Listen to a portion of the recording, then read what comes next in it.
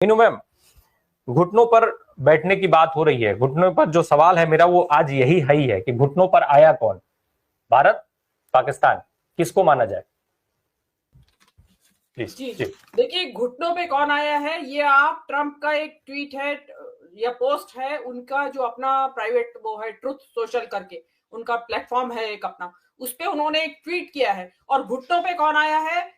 घुटनों पे भारत आया है। मोदी ने देश की संप्रभुता और देश की विदेश नीति को ट्रंप के हाथों में गिरवी रख दिया है। उन्होंने क्या लिखा है अपने ट्वीट में, अपने पोस्ट में? उन्होंने लिखा है कि मैं दोनों देशों के साथ ट्रेड करूंगा। और सब कान खोल के सुनने दर्शक, उन्होंने कहा है कि मैं कश्मीर के मुद्दे को दोनों के साथ बैठकर सुलझाऊंगा। जिस कश्मीर पे आज तक कोई थर्ड पार्टी मीडिएशन की बात नहीं हुई आज तक, और ना आने दिया गया, उस पे अब ट्रंप साहब थर्ड पार्टी मीडिएशन करेंगे, बैठ के वो सुलझाएंगे। मोदी जी देश को बताएं कि क्या क्या गिरवी रखा है उन्होंने ट्रंप के पास, कि जो ट्रंप कश्मीर का के मुद्दे को सुलझवाएंगे। क्या कश्मीर पाकिस्तान को देने की तैयारी तो नहीं हो रही है? इसके अलावा मैं 3-4 बातें रखना चाहती हूं इसमें, कि ये आईएमएफ के पैसे से खरीदा गया सीज फायर है। उसमें इंडिया ने चुप्पी लगा दी। इंडिया का कोई प्रभाव काम नहीं आया, कोई विश्व गुरु की छवि काम नहीं आई, कोई आपका विदेशी नेताओं के गले पड़ना, झप्पी पहना, पप्पी लेना उनकी, वो कोई आपके काम नहीं आया। किसी ने आपका साथ नहीं दिया। और पाकिस्तान को अरबों रुपए का, अरबों डॉलर का जो है वो आईएमएफ ने बेल आउट पैकेज दे दिया। मोदी जी की इससे बड़ी हार हो नहीं सकती। आप विश्व गुरु का डंका कहते हैं, कि आप कहते हैं दुनिया सुनती है जब मोदी जी बोलते हैं। किसी की हिम्मत नहीं है बोलने की। हिम्मत क्यों नहीं? किसी भी देश ने पाकिस्तान को आईएमएफ का बेल आउट पैकेज देने का विरोध नहीं किया, और जीत पाकिस्तान की हुई है। आपकी सेना की कमजोरी जाहिर हो गई है। रक्षा विशेषज्ञ हैं प्रवीण सहानी, मैं उनको लगातार फॉलो कर रही हूं। उन्होंने बार बार वो कह रहे हैं कि एक रफाल गिरा है इंडिया का। और रफाल कैसे गिरा? क्योंकि उसमें चाइना और अमेरिका की के जो मिले जुली जो एक हवाई जहाज और एक उसकी सुरक्षा, वो डिटेल है, वो मैं डिटेल बताऊंगी तो बहुत लंबा हो जाएगा। ये स्क्रीन पे वो ट्वीट है जिसका जिक्र मीनू मैम कर रही हैं। आपकी स्क्रीन पे वो ट्वीट है जिसका जिक्र मीनू मैम कर रही हैं, दर्शक हमारे यस देख यस सकते हैं यस जी। प्लीज यस मीनू मैम आप यस, कंटिन्यू करिए। एग्जैक्टली यही ट्वीट है जिसमें वो कश्मीर में बता रहे हैं कि मैं मीडिएशन करूंगा।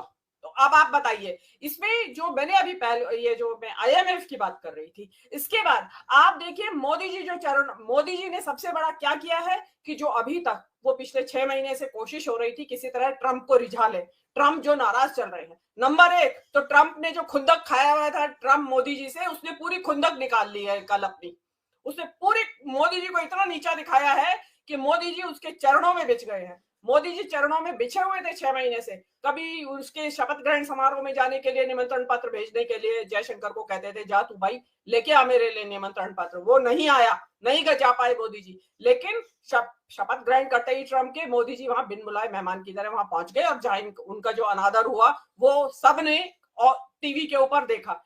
टैरिफ वार पे चुप लगा गए मोदी जी। जो ट्रम्प कह रहे हैं जी, जो करना है जी कर लो, हम तो आपके गुलाम हैं। उसके बाद हथकड़ी बेड़ियों में जड़े हुए हिंदुस्तानियों को भेजा जा रहा है हवाई जहाजों में भर के, मोदी जी उसके ऊपर भी चुप, कुछ नहीं बोले, पूरी तरह सरेंडर किए हुए थे। और अब जो मौका आया, अब ट्रंप ने पूरी जबरदस्त खुन्नक निकाली और मोदी जी को, जिसको कहते हैं ना कि बिल्कुल घुटनों के बल ला दिया। मोदी जी घुटनों के बल चलते हुए ट्रंप के द्वारे गए और ये करवाया। उसमें अब कश्मीर के बीच में मध्यस्थता अगर ट्रंप करेंगे तो आप अंदाजा लगाइए कि क्या होने जा रहा है। देश जो कांग्रेस पार्टी ने डिमांड की है कि तुरंत एक सेशन बुलाया जाए, संसद का सत्र बुलाया जाए, उसमें बताया जाए कि किन किन शर्तों पे हुई है और क्या क्या गिरवी रख दिया है आपने इसके बदले में। मतलब जिस पाकिस्तान को आप कह रहे थे कि पिद्दी सा देश है, 2 दिन में फुस हो जाएगा, मैं तो कभी नहीं मानी थी। मैं हालांकि इस दौरान मैं आई नहीं बोलने के लिए, इसीलिए नहीं आई कि आप सभी लोग अंडरमाइन कर रहे थे और अधिकतर लोग डर के मारे कर रहे थे, डरे हुए थे कि हम पता नहीं किस कानूनी उलझन में ना फंस जाएं अगर हम कहेंगे तो। आपकी वायुसेना की कमजोरियां उजागर हो गई है।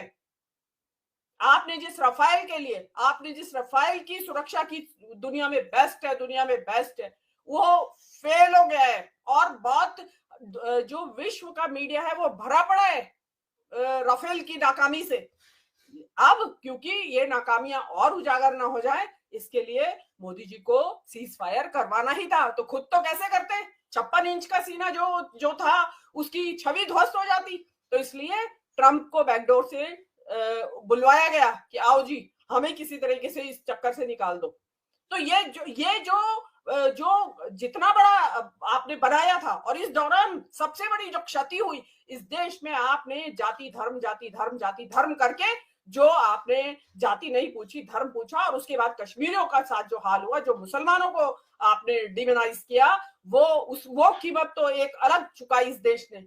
लेकिन आप जो मोदी जी जो करना चाह रहे थे इसके जरिए वो हासिल नहीं कर पाए। उसके अलावा अंधभक्तों को, इनकी जो समर्थक हैं, उनको कितने सांसत में डाला। पहले इन्होंने चलते टेंशन के बीच में जाति जनगणना का टास्क दे दिया अपने अंधभक्तों को, वो उससे अभी निकले भी नहीं थे। मोदी जी ने ये सरेंडर कर दिया, और अभी सरेंडर किया है, उसमें अंदर क्या क्या शर्तें हैं।